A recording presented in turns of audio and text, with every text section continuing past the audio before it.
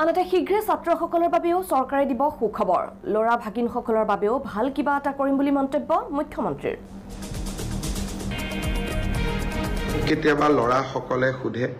যে মামা আমাৰ কাৰণে একো আঁচনি নাই নেকি চাইল্ড মেৰেজৰ বিপক্ষে লোৱা আঁচনি এখনত মই ছোৱালীসকলকে অন্তৰ্ভুক্ত কৰিব লাগিব লৰাক অন্তৰ্ভুক্ত কৰিব নোৱাৰো কিন্তু লৰাসকলৰ কাৰণেও মই কি কৰিব পাৰো মই চিন্তা কৰি আছো আৰু সময়ত মই মোৰ লৰা ভাগিনসকলকো মই ভাল খবৰ শুনোৱাম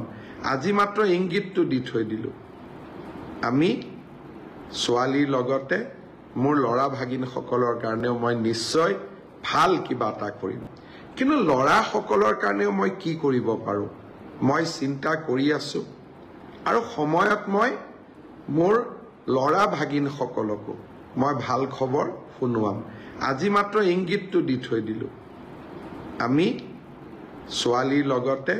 মোৰ লৰা ভাগিনসকলৰ কাৰণেও মই নিশ্চয় ভাল কিবা এটা কৰিম